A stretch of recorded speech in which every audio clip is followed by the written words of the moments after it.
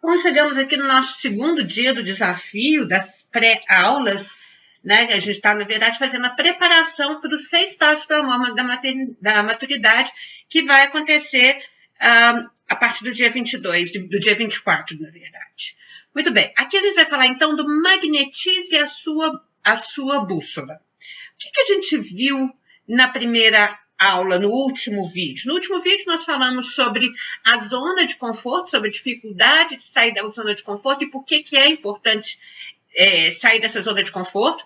Falamos um pouco sobre a reprogramação mental, vimos a diferença entre autoconfiança e autoestima, e vimos também por que a autoconfiança e a autoestima são um fator essencial para que eu possa ser amada pelo outro.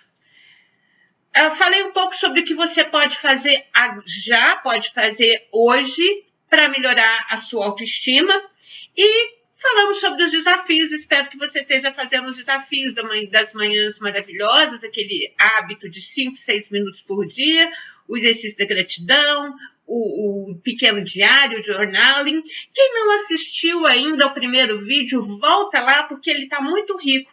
Para um pouquinho aqui agora, volta lá, assiste o primeiro vídeo e depois você vem assistir o segundo. Eles são concatenados, né? Vem um depois do outro. E aí eu coloco do lado um fósforo, como todos os outros, indo para ser apagado. E falo, insanidade é continuar fazendo sempre a mesma coisa e esperar resultado diferente. Se você quer um resultado diferente, nesse caso, você quer encontrar um amor que realmente vale a pena na maturidade, você precisa agir de uma maneira diferente. E é isso que o primeiro vídeo e o segundo vídeo fazem de pontos de vista diferentes. O que a gente vai falar aqui hoje? O que você vai ver hoje? Vamos falar um pouco sobre a percepção e realidade, vamos falar sobre crenças autolimitantes e crenças empoderadoras, a gente que escolhe o tipo de crenças que a gente vai ter. Vamos falar sobre razão e emoção. Vou te falar um pouco sobre mindset e detox mental, sobre o conceito de abundância e escassez. E, por fim, então, a gente vem nos exercícios, tem mais alguns exercícios. Lembrando que as atividades aqui são acompanhadas por um pequeno texto, né, no e-mail que acompanha essa aula, por um pequeno caderno de exercício, que são os desafios, e as lives durante a semana no Facebook. Se você ainda não se inscreveu lá no meu canal, inscreva-se para você ter em primeira mão a notícia de quando estiver entrando no ar pessoalmente. Vou começar falando um pouquinho sobre a percepção e sobre a realidade, né? Como é que eu percebo a realidade? É a grande pergunta. Então, aqui a gente tem a representação mental. Então, entram os dados externos, esses dados externos do mundo externo, esses estímulos externos, eles vão entrar, então, para mim, através dos 5 sentidos, né? Tudo que eu vejo, tudo que eu escuto, tudo que eu cheiro, tudo que eu toco, tudo que eu sinto, isso tudo entra para mim. E quando ele entra, ele vai, então, fazer contato com a linguagem, pode entrar através de uma linguagem, pode entrar através de lembranças, decisões, crenças, valores, atitudes, estratégias, e assim a informação vai ser tratada. Então, os dados chegam e assim eles vão ser tratados, né? Depende de uma série de coisas. Então, vamos pensar, por exemplo, se escuta um barulho. Quando eu escuto um barulho grande, parecendo um tiro, a primeira coisa que eu penso é que deve ser um escapamento de automóvel, ou que deve ser um rojão, né? Porque essa minha lembrança, é esse o meu filtro. Uma pessoa que esteja traumatizada por uma guerra, por exemplo, qualquer barulho desse, qualquer estalo deles, ela percebe como se fosse um tiro, não é? Então, isso tudo depende do que a gente viveu. E aí, a gente tem filtros que recebem essa realidade, que eliminam umas partes dessa realidade, deformam outras partes, ou exageram, ou não consideram o valor que a coisa tem de fato, ou generalizam, então com uma certa deturpação. A maior parte desses filtros, nós todos temos filtros, eles agem de forma inconsciente, quase como se fosse um piloto automático. Então, quer dizer, se eu não posso mudar a realidade, eu posso mudar a maneira como eu percebo essa realidade, não é? modificando os meus filtros, modificando a maneira que eu recebo. Com tudo isso, com os filtros e com esse tratamento da informação, eu tenho a representação interna da realidade. Essa representação interna da realidade, então, ela vai aparecer, vai se manifestar sob forma de estado emocional e sob forma de um comportamento, de uma atitude. E o resultado de tudo isso é a experiência da vida. Se eu quero modificar a experiência que eu estou vivendo hoje, se eu quero modificar a minha realidade hoje, o que eu posso modificar é a maneira como eu percebo essa realidade. Então, onde eu posso trabalhar são nesses filtros de piloto automático, nas minhas crenças que modificam essa realidade e nem sempre modificam essa realidade para o bem. Na maior parte, inclusive, pelo contrário, modificam a realidade por fora. Tem uma frase da Nais Anais que fala assim: nós vemos as pessoas não como elas são, mas como nós somos. E é assim, né? Quer dizer, o julgamento que a gente faz do outro tem muito mais a ver com nós mesmos do que com o outro em si. E graças a Deus que é assim, porque eu não consigo modificar o outro, mas eu consigo modificar a mim mesma, né? E aí no livro, então, tem aqui aí o rinoceronte que só enxerga só o próprio o nariz dele, né? Em tudo que ele vê. E se percebemos lá no fundo, reconhecemos que podemos ser mais do que nós já somos e iremos muito mais longe do que já chegamos. Como que eu posso ser mais do que eu já sou? Modificando a maneira como eu percebo o mundo e modificando a maneira como as pessoas me percebem. Na verdade, a maneira como as pessoas te percebem é só uma consequência da maneira como você se percebe. Então, esses dois primeiros estágios, o terceiro não, mas esses dois primeiros desafios, eles são preparatórios para a aula, porque eles têm muito mais a ver com você mesmo. Primeiro, que é uma autoconfiança, né? E depois eliminar aqueles filtros, aqueles padrões que não te servem tanto, para que você seja capaz de perceber o mundo de uma outra forma. E a gente tem dois tipos de crenças, né? A gente tem aquelas crenças empoderadoras, eu vou conseguir, claro que eu consigo, eu sou inteligente, e as crenças empoderadoras levam a gente muito além, e temos as crenças limitantes. Eu não consigo, eu sou burra mesmo, eu sou sem graça, nada do que eu faço dá certo, eu não tenho sorte com os homens. E a gente escolhe a crença a partir do consciência, a gente escolhe a crença e a maneira como a gente quer perceber a vida. Então, tem um modelo na terapia cognitiva comportamental que fala assim, que o pensamento gera a emoção, que por sua vez gera o comportamento. Em outras palavras, você começa com o pensamento, pensamentos geram sentimentos, que geram comportamentos, atitudes, ações, e os resultados vêm a partir daí, não é? Então, é a eterna luta entre a razão e a emoção. A razão relacionada com o pensamento, né? Que é a faculdade que nós temos todos de avaliar, de julgar, de ponderar ideias, de raciocinar, de estabelecer relação lógica, a nossa inteligência, bom senso, juízo de forma geral. Essa é a razão. E é com essa razão, com esse pensamento, é que a gente vai, então, transformar a emoção. Que a emoção, então, é uma variação do estado de espírito que vai depender de situações, né? Isso vai se manifestar como alegria, tristeza, raiva, abalo moral, comoção, o que quer que seja. Logo, se eu tiver pensamentos bons, se eu conseguir controlar os meus pensamentos, eu consigo ter emoções positivas que vão me levar a um comportamento também positivo. E o contrário também é verdadeiro, né? Onde eu posso modificar, então, eu posso modificar no tipo, na qualidade do pensamento que estou trazendo hoje. Não sei se você já ouviu falar de mindset. Mindset ou mentalidade é a capacidade que a gente tem de agir de uma certa maneira. Nós somos todos criados, quem já tem por volta de 50, 60, mais de 40 anos, fomos todos criados com uma mentalidade que é chamada de mentalidade ou mindset fixo, que é aquilo de assim, as coisas são como são, não é possível mudar, né? Então, eu sei que eu não vou ser capaz de fazer isso, então eu não quero nem tentar. Se uma coisa é difícil, eu vou e desisto.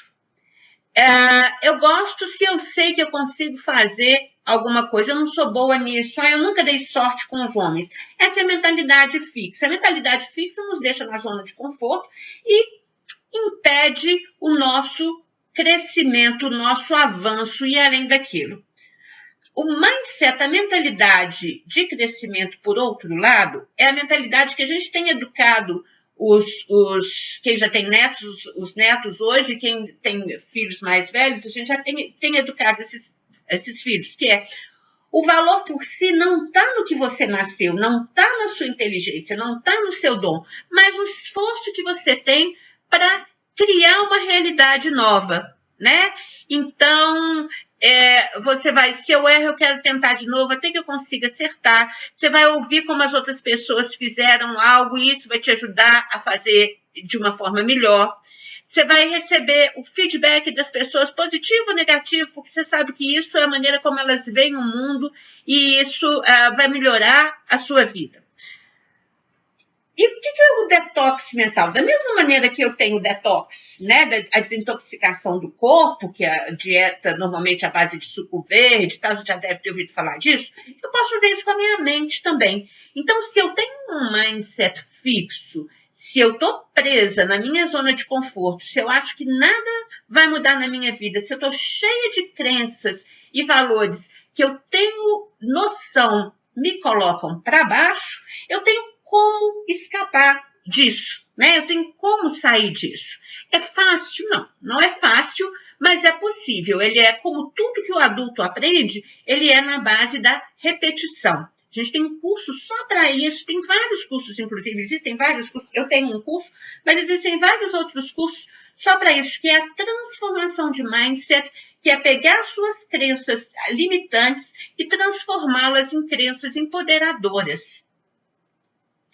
E aí eu tenho aqui a diferença entre o pensamento de abundância e o pensamento de escassez. O paradigma da escassez é aquilo assim, não tem para todo mundo. Se não tem para todo mundo, a gente tem medo que falte para nós. Se a gente tem medo que falta, a gente começa a competir para criar estoque. Quando eu crio estoque de alguma coisa, eu retiro de circulação e diminuo o fluxo daquilo. Diminuindo o fluxo, aumenta a transação. Aumentando o custo de transação, excluímos aqueles que não podem pagar. E se excluímos aqueles que não podem pagar, a profecia se autorrealiza, ou seja, não tem para todo mundo. Então, quando eu tenho pensamento de escassez, que vai faltar amor, eu começo a economizar e na economia passa a faltar amor, né? É o que a gente chama de profecia autorrealizável. Cuidado com seus pensamentos, isso é uma frase do Goethe, originalmente, depois o Paulo Coelho parafraseou essa mesma frase. Cuidado com seus pensamentos, porque eles se tornam realidade. Tornam realidade na medida que a gente começa a agir em cima daquilo. Então, a minha proposta é que você pare de pensar em escassez. Que te falta saúde, que te falta dinheiro, que te falta um amor, que a competição é muito grande, que não vai ter para todo mundo, o que quer que seja. Porque se você pensa assim, é isso que acontece. E eu não estou falando de esoterismo, de positivo que atrai positivo, de negativo que atrai negativo, não. É de lógica mesmo. No paradigma da abundância, por outro lado, tem para todo mundo. Se tem para todo mundo, a gente acredita que vai ter. Aí, em vez de competir para criar estoque, a gente colabora para criar mais. Criando, a gente aumenta o fluxo e dá acesso a todo mundo, né? Então, se eu acredito que tem amor para todo mundo, eu ajo de uma maneira mais amorosa e acaba existindo mesmo amor para todo mundo. Se eu penso que o dinheiro vai ser suficiente, eu trabalho com mais determinação e acaba que o dinheiro vai ser suficiente. É a mudança, então, do paradigma da escassez para o paradigma da abundância.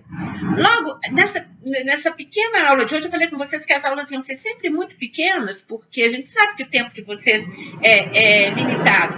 Eu estou propondo, então, uma mudança de mentalidade, de forma geral. A mudança na percepção do mundo, né? Trabalhar os filtros internos de forma a perceber o mundo de uma outra maneira, entender aonde que estão os nossos vícios, onde estão os nossos vícios, as nossas falhas no entendimento do mundo. Entender quais que são as nossas crenças autolimitantes e transformar essas crenças em crenças empoderadoras, né? Trabalhar o mindset para a gente, então, trabalhar o crescimento, querer sempre mais, querer sempre aprender melhor. Entender que é o pensamento que gera a emoção, que por sua vez gera o comportamento. Se eu tenho algum lugar para mudar, eu vou mudar na minha razão, eu vou mudar no meu pensamento. E a modificação da abundância para a escassez. E aí aqui eu coloco algumas perguntas para você refletir. O que você pode fazer hoje para modificar a sua percepção de si mesma? Como é que você se percebe hoje? Você se percebe como uma pessoa que não é boa o suficiente, não é inteligente o suficiente, não é bonita o suficiente, não tem um corpo magro o suficiente? Como é que você pode mudar essa percepção de si mesma? Que crenças limitantes você tem em relação aos homens? Essas crenças limitantes a gente vai aprendendo ao longo da vida, né? Homem não presta, homem sempre trai, os homens não querem saber de nada. E a gente vem de mãe para filho, de mãe para filho, a gente nem sabe onde começou a pensar sobre isso. Que crenças limitantes que você tem hoje em relação aos homens? Como é que você pode modificar a sua percepção dos homens e dos relacionamentos?